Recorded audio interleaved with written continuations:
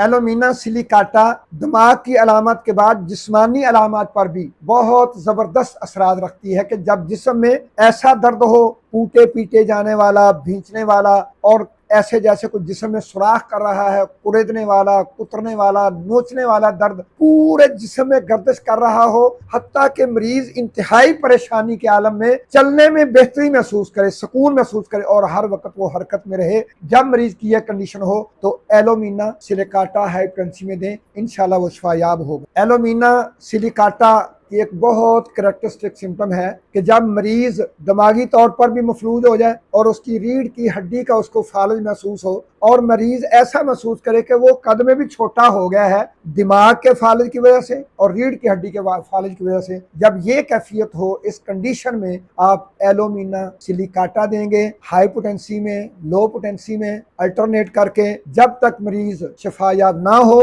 उसको अपनी निगहदाश्त में रखें। इंशाअल्लाह अल्लाह रब्बुल इज़्ज़त आपको कामयाबी देगा, मरीज को मुकम्मल शफायाबी देगा। अस्सलामु अलैकुम व रहमतुल्लाहि।